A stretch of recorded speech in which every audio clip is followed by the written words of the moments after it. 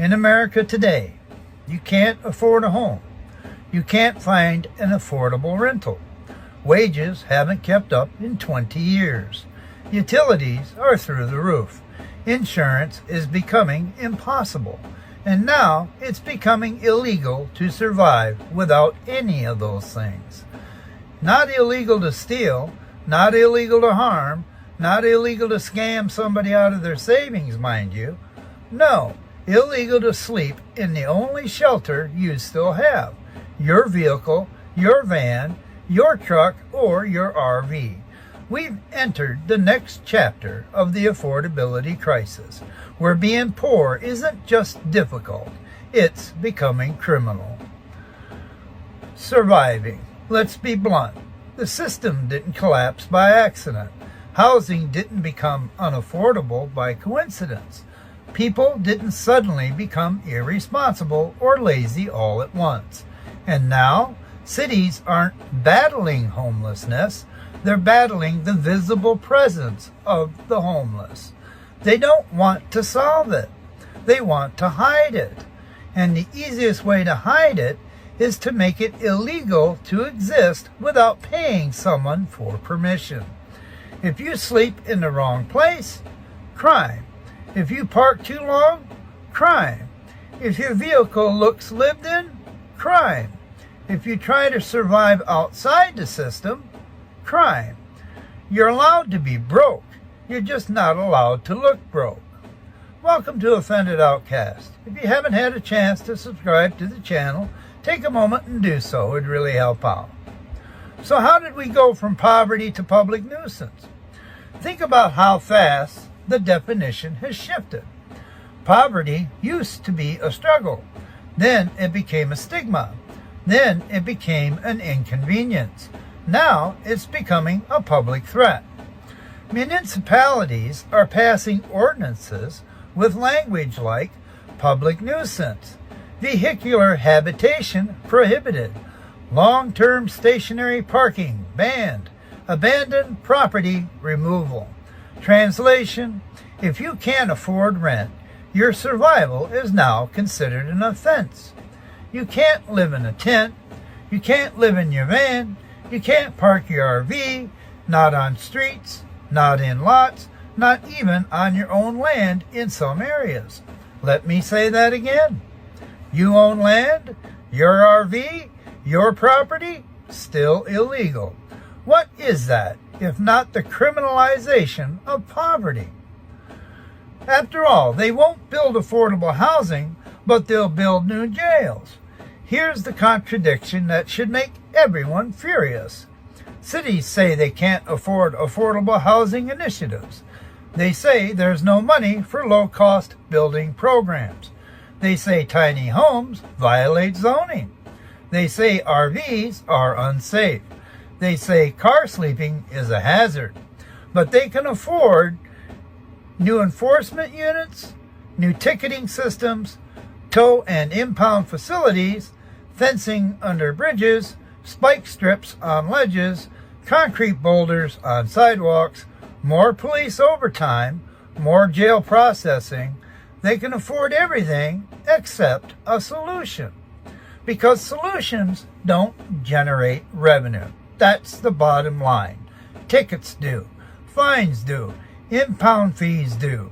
Court costs do. Privatized towing does. Private prisons do.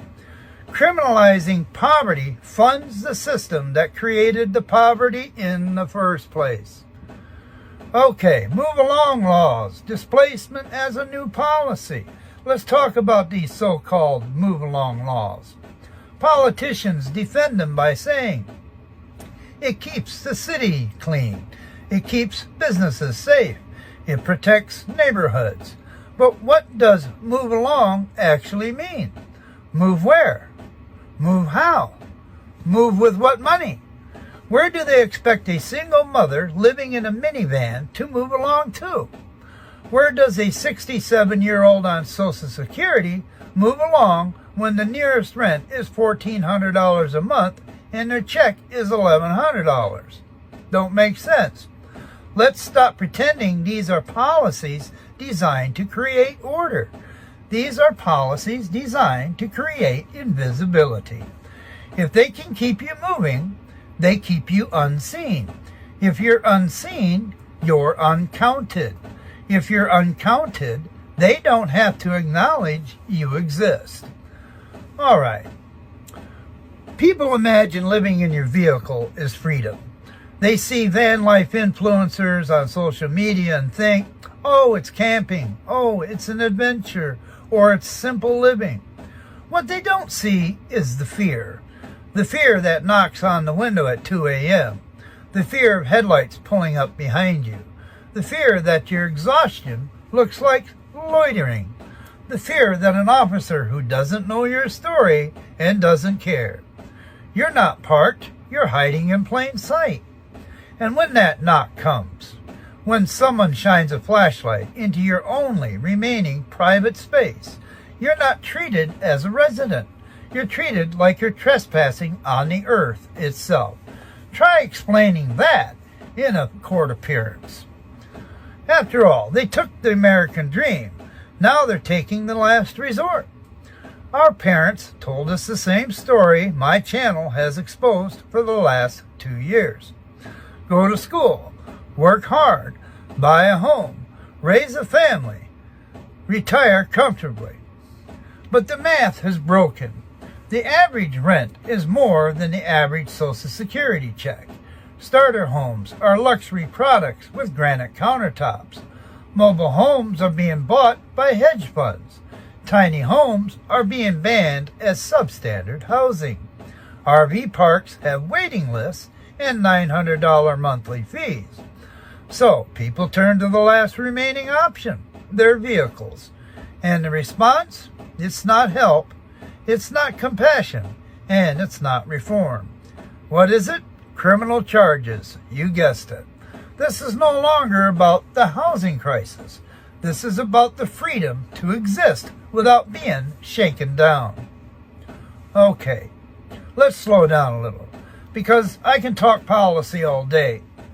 But there are real people trapped behind these lines of municipal code. A veteran who served his country, now sleeping in a truck because the VA can't keep up. A senior who outlived her spouse, outlived her savings, and outlived her protection.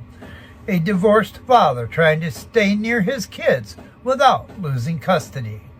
A single woman hiding in a Walmart parking lot because she's safer nowhere else.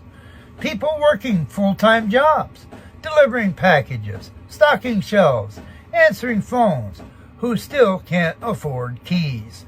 This channel's comments tell the real story.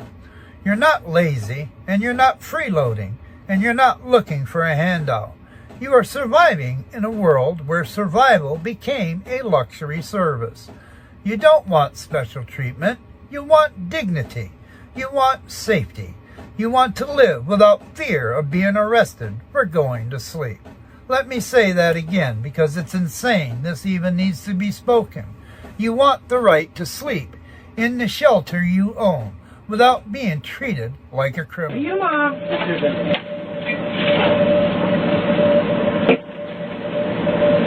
Let me get a Russian cream backwood, man. Finger. And let me get 10 on 2.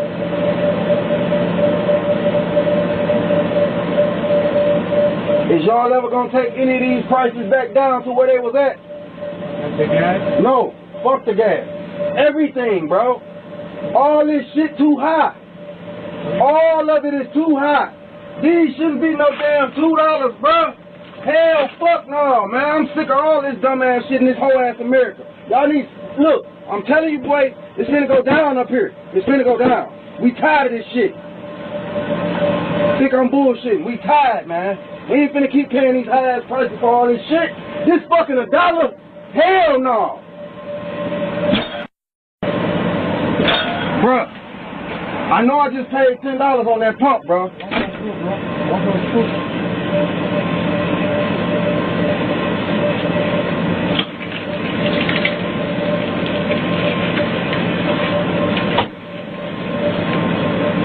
This shit don't make no fucking sense, bro. Fuck Trump, bitch ass. Got this whole ass gas up to $5 for some fucking regular gas, bro. This shit don't make sense. And y'all selling us E15. I see the fucking screw in the goddamn thing out there. If anybody use their fucking credit card at the goddamn gas pump, it's gonna keep pumping on their shit. I know what the fuck the scam is around this bitch. I'm tired of this whole ass nation, bitch ass place. It's like, why? Like, why even try anymore? A 9 to 5? Really? 8 or 9, 10 hours a day? For what? So we can pay the system? The system don't care about us, right? Then what? We go home beat when my back's hurting. Everything's not paid. The system don't give us enough money to get through. Then what? The 2 days I have off? Doing laundry, paying bills, picking up the kids. Like, is this what it is? I'm getting through because I'm a positive person. Maybe right now at this moment, I don't seem positive, but I'm happy to be alive regardless because I want to leave a legacy behind. But the system is tearing us apart. Everyone's angry. Everyone's on tilt. That's why there's no communication no more, because everyone's stressed out. Who likes to talk to another person when they're stressed out? She's stressed out. He's stressed out. They're stressed out. Everyone's stressed out because the bills are up to the ceiling. Gas, the other day, yesterday when I went to go get gas, it was $6.25. And it wasn't even the Chevron.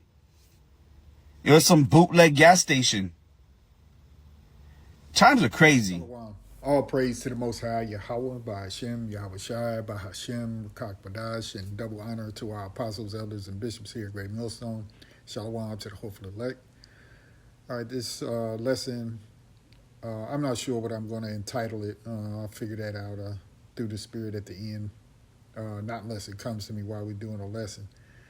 But this lesson is going to be based on those two clips that we have. One of the older Edomite, and he lives in a van, all right. And then you see the the Jake in the gas station who's just about on the verge of crashing out. Okay, and what is it that's going on? Well, these are just two examples of either side of the spectrum, if you want to call it that. All right, one that appears to be an Edomite who's catching hell. All right, now he says, he's doing just fine, that he's downsized his life, right? But he is going into how things are becoming more and more difficult just to exist here in the USA, all right? And then you see the Jake, inner city Jake, I believe that he was in Detroit, just crashing out over the prices of gas, and not only gas, but of the terrible junk food that you find in these food marts, quick trips, so on and so forth, all right? That's not good for your health anyway. But, Jake, who's under a lot of pressure and oppression, can only eat what he can afford, so none of it is good for you, what you find in these so-called, as they call them, convenience stores. All right, but nonetheless, you see two different sides of it, all right? And there are two different events going on, I guess you could say, at the same time for two different nation of people, okay? One being from the Edomite side, if you will, and that man just, by listening to him speak, and I've watched a couple of his videos, he's quite entertaining, but, he goes in about how, life is no longer as it used to be, okay? And I would imagine that means as far as so-called white people and being able to enjoy their privilege here in America, all right, because their cousins, right, the Amalekites, Esau, Edom, has turned his back on his own kind, all right? And it's a terrible thing to be poor and broke in your own kingdom. All right, where on the other hand, you have Jake, who's under the curses, and you can't get around that. Okay, we have to wait on Yahweh Shem Yahweh Shai to come back and deliver us from the situations that we're in. All right, there's no way to get around that. All right, so we see a great number of people who are at the point of just being taxed to where, in some cases, life is not worth living to them. All right, now you take the old man, for example, in which he talked about all the various vagrant laws that have been passed, right? And these are new things here in this land, that apply to even the Edomites, right? Because you see a lot of people, and we kind of talked about this at camp yesterday. Just went into it a little bit off camera. That these people have lived a privileged life here, and now they're being treated like niggas, okay? Because this administration that you have now, in which they set up these laws long before then, it's just the implementation of them, right? The execution of them is just happening now, all right? And the economy is trash, right? The way that the job market is trash. You see, the housing market is trash. Being able to rent a place is nearly impossible. Okay, so in that older man, he kind of went into that, and so you see that there are people who have gotten to the point where they live in their cars now, right? And so what did they do? These devils have written laws that say that you can't live in your car. Like, you can't park your car on the street and sleep in it, right? And as he went into briefly, even if you have your own land and you have a van or some type of camper, right? Or RV or any of that, you can't even park it on your own land and live for free on your own land. So this place is, as we've been saying, is circling the drain. Okay, and you see, poor Jake is just catching hell no matter what.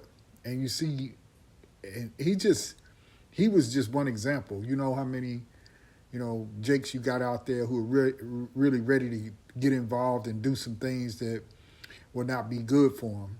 We'll just say it that way, right? They're going to get themselves in a lot of trouble trying to, you heard him say, it's really getting ready to get, we're going to get it popping here real soon.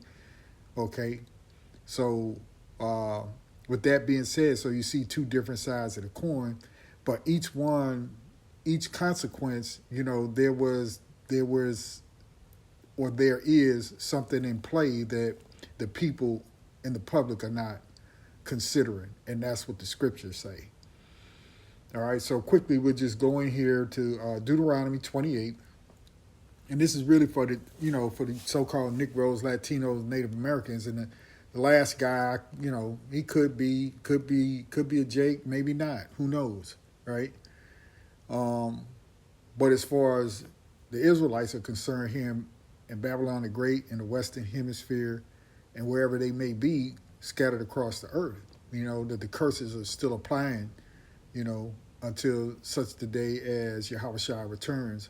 So this is Deuteronomy 28:29. It says, "And thou shalt grope at noonday, as the blind gropeth in darkness, and thou shalt not prosper in thy ways, and thou shalt be only oppressed and spoiled evermore, and no man shall save thee."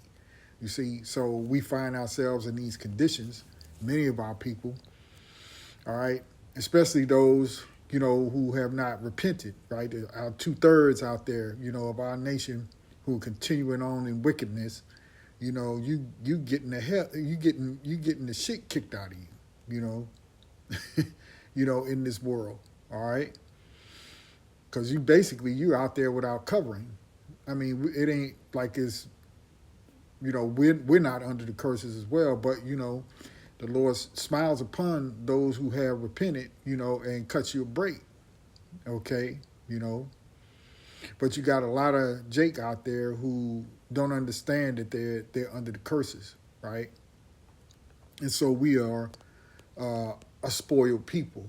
Okay, this is Isaiah 42, and we'll go right there. You see the blindness of the people as it's titled. Isaiah 42 and 14, it says, I have long time holding my peace. I have been still. And this is referring to Israel, right?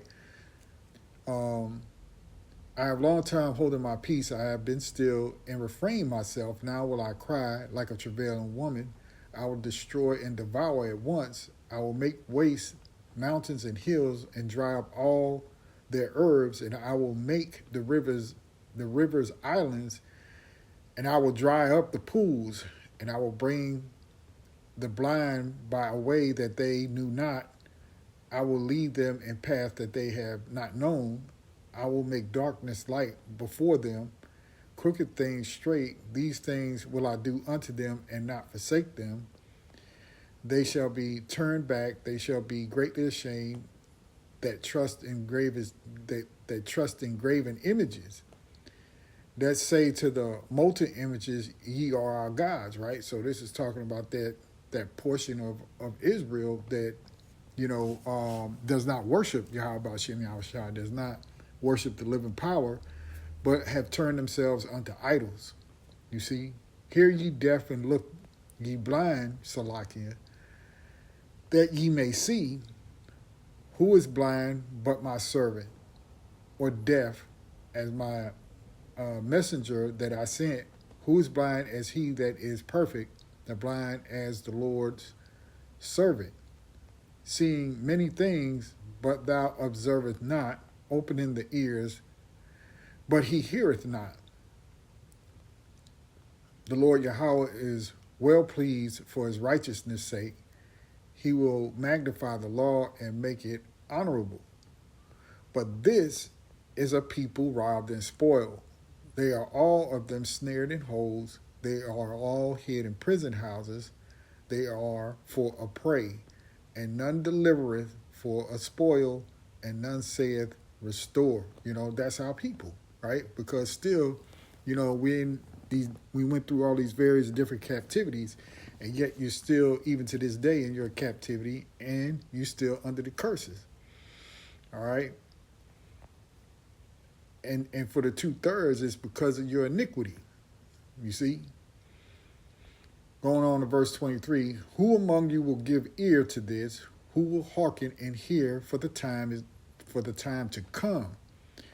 Who gave Jacob for a spoil, right? That would be the Israelites, and Israel for the robbers. Okay? Did not the Lord? Yeah, so the Lord is the one that put us in these oppressive conditions, right? Under the hand of Esau Edom, as we speak about it today.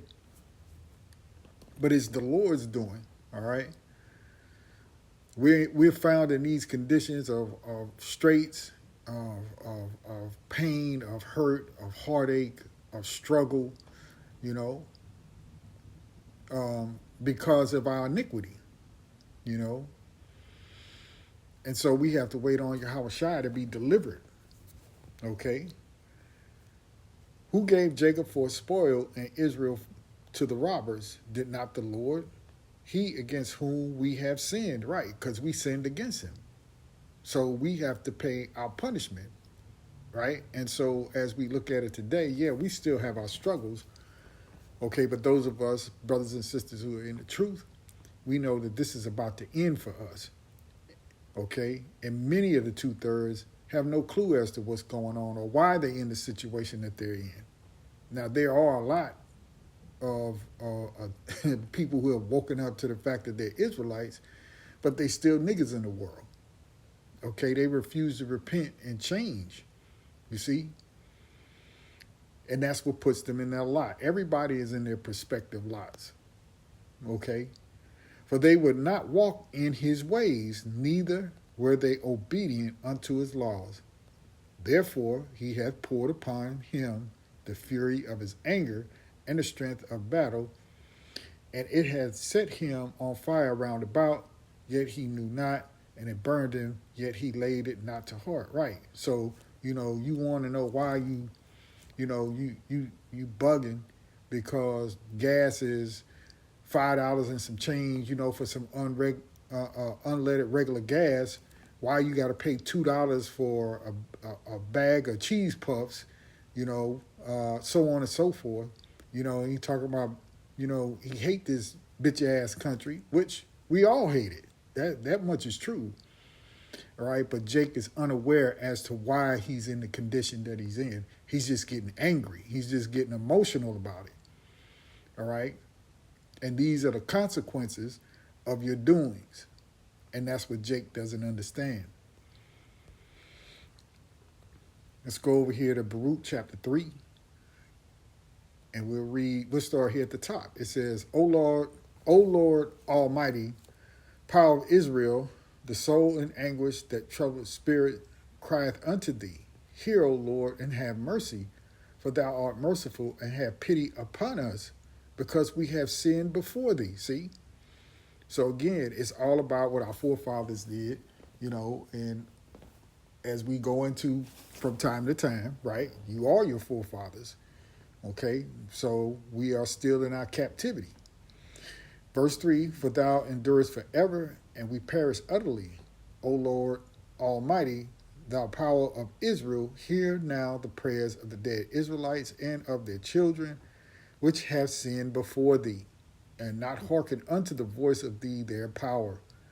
For the which cause these plagues cleave unto us. Yeah, even the plague of what? Poverty, right? Even the plague of being spoiled, right? Even the plague of what? Not being able to prosper.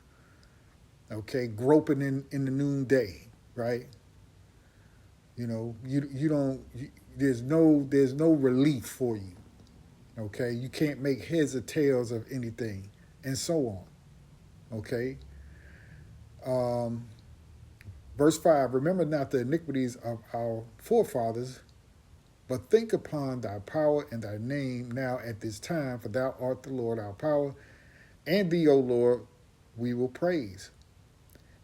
And for this cause thou hast put thy fear in our hearts, verse 7, to the intent that we should call upon thy name. What is the name of the Lord? Yahweh. Bahashem, in the name, right? Yahweh Shai. You see? Our Savior. So you have to call upon the name of the Lord. Not God, not quote unquote Jesus Christ, but actually know the names of the Heavenly Father and the only begotten Son. And for this cause thou hast put thy fear in our hearts, to the intent that we should call upon thy name and praise thee in our captivity. So even when you're going through tough times, you don't bug the fuck out, you don't trip out, you don't crash out. What? But praise the Lord, even when you're going through hard times. Okay?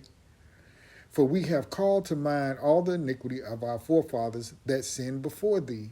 Behold, verse 8, we are yet this day in our captivity, and that's where we find ourselves today, where thou hast scattered us for reproach and a curse, and to be subject to payments. And that what Jake was complaining about, and that what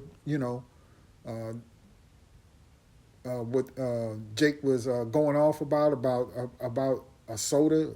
It looked like that's what he had in his hand. He could have had some kind of energy drink or something, I don't know, or the chips or whatever it may be, and bitching about the country and the way it's being run. Shit, even if the country was doing well, Jake, you're not gonna do well. You know what I'm saying? Because even when there were so-called good times for the Edomites, Jake was still struggling. Jake had different ways of trying to get some money in his hand. You know how it goes from the street. You see, but they criminalized everything other than what they do. Talking about the Edomites. So now you look at today, and you got old Edomites who worked their whole life, and now they can't afford to live either. You see? But Jake just still doesn't understand he's under the curses and he's in a captivity. Okay? Back in verse 8, it says, behold, we are yet this day in our captivity, where thou hast scattered us for a reproach and a curse. You see? And to be subject to payments according to all the iniquity of our fathers, which departed from the Lord our power. Right? Verse 9, hear, Israel, the commandments of life. Give ear to understand wisdom, right? And so understanding the commandments and using that wisdom, that was our life. You see, we didn't just go willy-nilly throughout the earth. We're special people unto the Lord. Okay, and he gave us his laws and statutes, commandments, judgments, and so on. Okay? How happeneth Israel that thou art in thine enemy's land, that thou art waxen old in a strange country, that thou art defiled with the dead, that thou art counted with them that go down into the grave. Thou hast forsaken the fountain of wisdom, right? The knowledge of the Lord. Niggas don't want the knowledge of the Lord. You got this new generation. I don't even know what you call them now. Okay, who they on some they on some other shit, man. I don't know what I can't relate to these younger people. You see. Anyway, going on, it says, verse 13, for if thou hadst walked in the way of the Most High, thou should have had dwelt in peace forever, right? So it's our consequence. This is what we get for being disobedient. We didn't walk in the ways of the Most High, okay? And as for the other nations, now we're getting to a point. See, now you're going to have the Most High is turning these curses upon these other nations, and particularly Esau, Edom, right? And then the 2/3 are roaming around the earth without any wisdom, without any guidance, without any knowledge. You see? So this is Deuteronomy 30, and matter of fact, let's start up here at verse 1. Let's see here. Let's just start at verse 1, then we may drop down to the portion where it speaks upon life. All right. Deuteronomy 30:1, and it reads, and it shall come to pass when all these things are come upon thee, the blessing and the curse which I have set before thee, and thou shalt call them to mind among all the nations whither the Lord thy power hath driven thee, right? Because the Lord scattered us, right? That was pursuant to, the curses, all right, in Deuteronomy 28. And shalt return, verse 2, and shalt return unto the Lord Yahweh thy power, and shalt obey his voice according to all that I command thee this day, thou and thy children, with all thine heart and with all thy soul, that when the Lord Yahweh thy power will turn thy captivity, right, bring us out, and have compassion upon thee, and will return and gather thee from all the nations whither the Lord thy power has scattered thee, right? That's coming in, what you would say, like when we get ready to get into the kingdom, okay, the Lord is going to gather his elect, his remnant, and so on, the kingdom be set up, and then later, the 2/3 that'll be destroyed on this side, they'll be reborn into the kingdom, in their right minds, okay? Anyway, going on, it says in verse 4, if any of thine be driven out into the outmost parts of heaven, from thence will the Lord thy power gather thee, and from thence will he fetch thee. And the Lord thy God will bring thee into the land which thy fathers possessed, and thou shalt possess it, and he will do thee good and multiply thee above thy fathers, right? Because we're going to have Yahweh Shai, we're going to have King David, we're going to have the 144,000, then you're going to have the rest of the 1/3 Israelites, all right? We're going to be ruling, we're going to go back to our land, and so on, okay? Verse 6, and the Lord thy power will circumcise thine heart and the heart of thy seed, to love the Lord thy power with all thine heart and with all thy soul, that thou mayest live. And the Lord thy God will put all these curses upon thine enemies and on them that hate thee, which persecute thee. So now this is what you're starting to see, just like with that older Edomite man living in his camper, okay?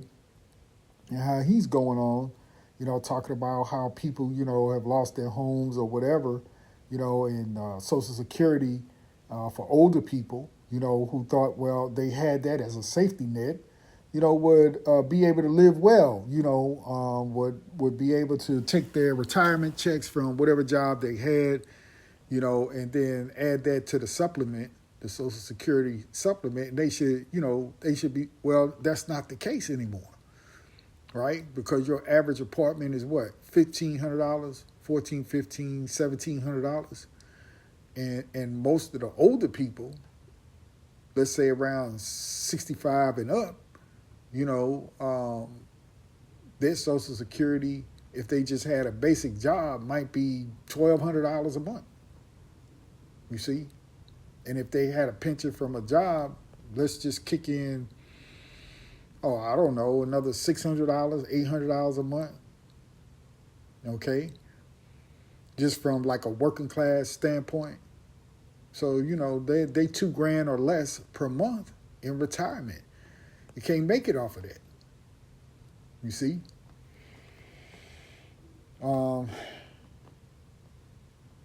Let's go down to, let's just jump down. I won't read all of that. Let's jump down here to verse 15. Deuteronomy 30 and 15, and it says, see, I have set before thee this day life and good, and death and evil, in that I command thee this day to love the Lord thy power, to walk in his ways, and to keep his commandments, and his statutes, and his judgments, that thou mayest live and multiply. And the Lord thy power shall bless thee in the land whither thou goest to possess it. But if thine heart turn away, so that thou wilt not hear, but shalt be drawn away and worship other gods and serve them, I denounce unto you this day that ye shall surely perish, and that ye shall not prolong your days upon the land whither thou passest over Jordan to go to possess it. I call heaven and earth to record this day against you that I have set before you life and death, blessing and cursing. Therefore choose life, that both thou and thy seed may live, that thou mayest love the Lord thy power, and that thou mayest obey his voice, and that thou mayest cleave unto him, for he is thy life, and the length of thy days, that thou mayest dwell in the land which the Lord Yahweh sware unto thy fathers, to Abraham, to Isaac, and to Jacob, to give them. You see? And so we had that choice, and Jake fell into idolatry, okay? And will not hear the words of the Lord. So when you look at the 2/3, they see the men of the Lord preaching, right, on almost every town or city you could think of here in the States and abroad, and just turn a deaf ear to it, okay? And so you continue on in your iniquity, all right? Let's get this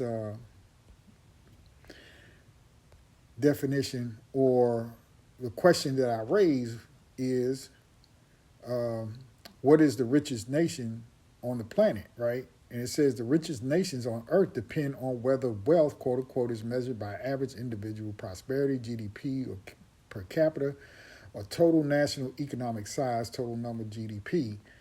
Okay, and it goes into it. It says the richest individual prosperity, GDP per capita, measured by gross domestic product per capita, adjusted for purchasing power parity.